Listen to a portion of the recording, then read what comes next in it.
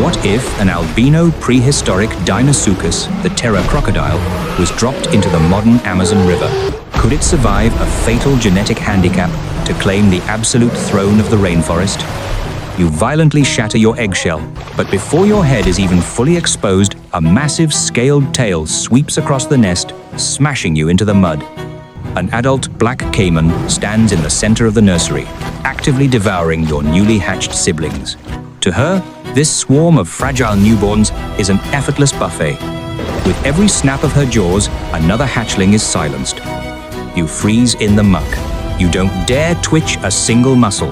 Crocodilians are hardwired to strike at movement. The ones that panic and thrash are the first to die. But you have another problem: your skin. You are pure, unblemished white. Against the dark, rotting foliage of the nest, you look like an alien anomaly. You don't register as prey. The caiman's snout brushes right over your spine, but she doesn't stop, turning her attention to the struggling hatchlings instead. Absolute stillness is the first survival skill you master. But this ghostly white skin will become a lifelong curse.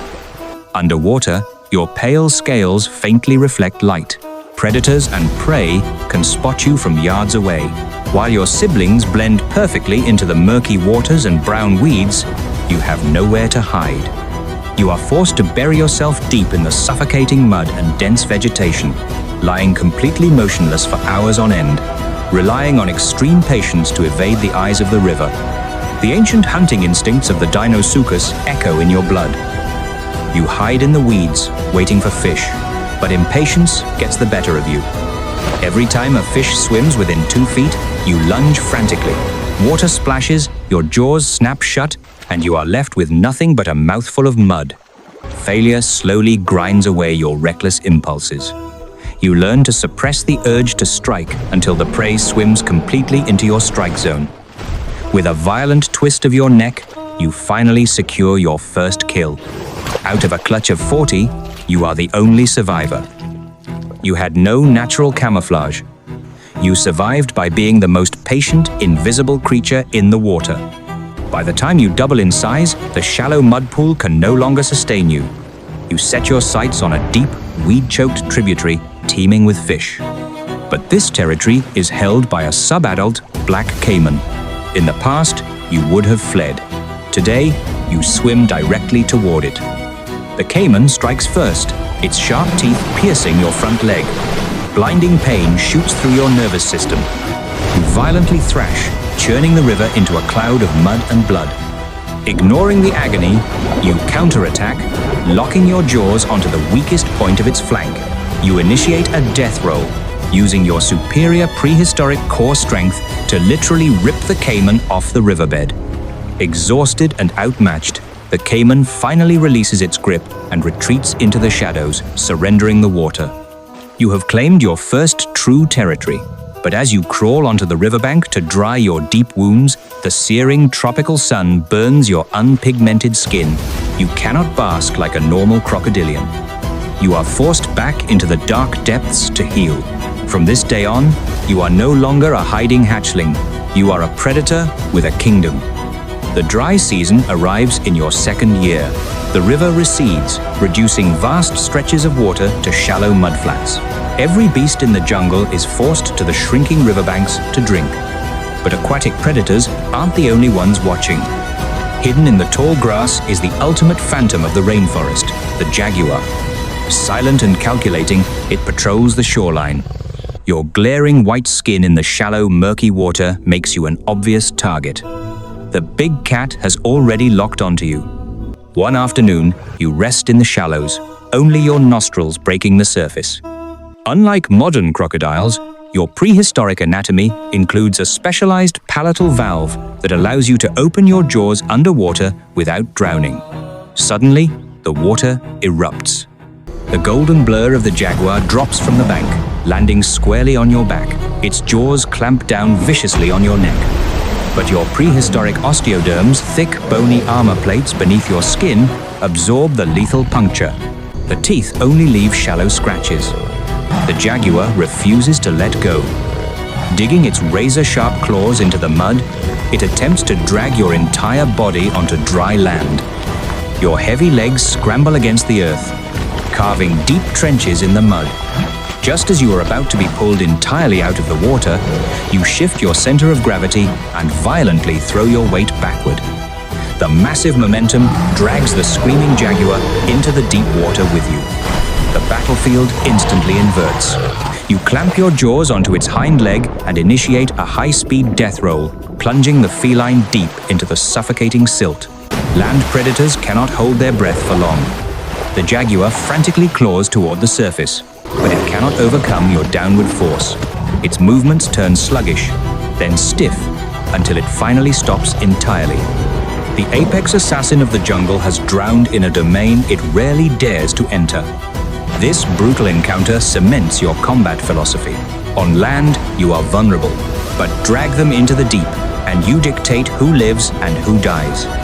When the torrential rains finally return, the river swells, and your body explodes in size. At 13 feet long and over 600 pounds, you are the apex hunter of the tributary.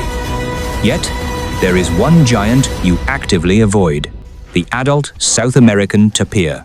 Massive, thick-skinned, and incredibly powerful, the tapir is an expert diver. If it escapes into the deep, it is nearly impossible to track. You study its routine with terrifying patience. Every evening at dusk, the tapir walks down the exact same muddy trail to drink from a specific gap in the riverbank. For 2 days, you lie submerged beneath that exact spot, perfectly still, memorizing its footing. On the third evening, as the giant lowers its head to the water, you launch. Your jaws lock onto its thick neck, and you violently drag the massive herbivore off the bank and into the abyss. Within 5 minutes, the largest land mammal in the rainforest ceases to struggle. From that day on, every creature that approaches the water's edge belongs to you. Empowered by the massive tapir kill, you rapidly mature. At 20 feet long and pushing 2 tons, no biological entity in this tributary can rival your sheer mass. There is only one piece of unfinished business left: the black caiman that scarred your leg years ago. It rests on a floating log. Seeing your colossal silhouette rise from the depths, it lets out a low, guttural warning growl. You ignore it, accelerating along the riverbed before launching upward, sinking your teeth into its flank.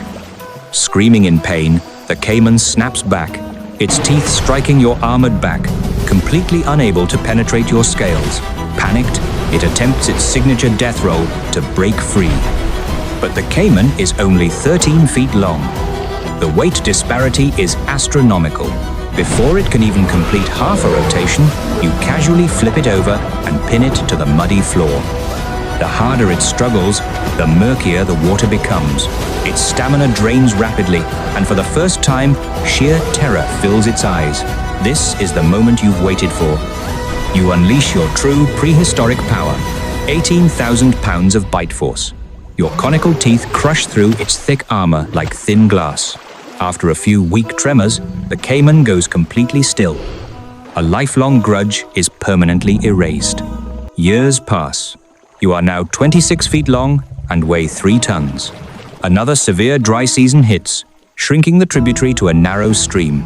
If you stay, you will be stranded and die of dehydration. Unable to tolerate the blistering sun due to your albinism, you are forced to migrate downstream, searching for the deep, ever-flowing main artery of the Amazon. You finally reach the main river. The water is vast, deep, and endlessly supplied with giant fish and aquatic mammals. Over the next 2 years, you reach your biological limit, a 33-foot Titan. You are the undisputed ruler of this current, pushing further into unknown waters to expand your empire. One day, you navigate into an isolated, enclosed oxbow lake. The moment you enter, a heavy, unnatural silence washes over you. A healthy lake should be buzzing with fish, birds, and smaller caimans. This water is like dark glass. Nothing moves. Resting your long snout against the surface, you feel a deep, rhythmic vibration echoing from the bottom, the slow breathing of something massive. Peering into the abyss, you spot a colossal shadow resting among the sunken roots. As it slowly uncoils, seemingly without end, you realize what it is: a giant green anaconda. Like you, it is an anomaly of massive proportions, having claimed this silent lake as its permanent lair. Sensing an intruder, the anaconda accelerates toward you. You strike first, lunging for its neck, but it evades your jaws. Instantly, coils of pure, dense muscle wrap around your 3-ton body. The pressure is catastrophic. Your forelegs are pinned uselessly against your sides. The snake constricts with bone-crushing force, yet the immense pressure only leaves white stress marks on your prehistoric armor. It cannot break your internal structure. You stop thrashing. You stabilize your breathing. Slowly, methodically, you turn your massive skull within the suffocating coils. You align your jaws with the thickest part of the serpent's body and bite down, piercing deep into its flesh. As the snake tightens violently in agony, you refuse to let go. You trigger a high-speed death roll. Every rotation shreds the anaconda's body further. The entire lake foams red. After a relentless, swirling bloodbath, the giant serpent goes limp, sinking back into the tangled roots it ruled for years. You break the surface, gasping for air, your snow-white body gleaming victorious under the Amazonian sun. Looking back to the day you hatched, your albino skin miraculously saved you from being eaten. But for the rest of your life, it was a heavy chain. It made you a glowing target in the dark water. It forced you to endure the kind of extreme patience, isolation, and calculated brutality that normal predators never have to learn. Your 40 siblings had the perfect camouflage, yet they all perished as prey. You were the glaring anomaly, the genetic outcast. But you survived. Today, no aquatic creature in the entire Amazon basin dares to approach your territory. Your genetic handicap did not break you. Powered by the devastating biology of a Deinosuchus and a terrifying hard-earned endurance, you crushed the black caiman, drowned the jaguar, dragged down the tapir, and shredded the giant anaconda. You have defied your own biology, conquered the greatest rainforest on Earth, and taken your rightful place as the absolute, uncontested sovereign of the Amazon River.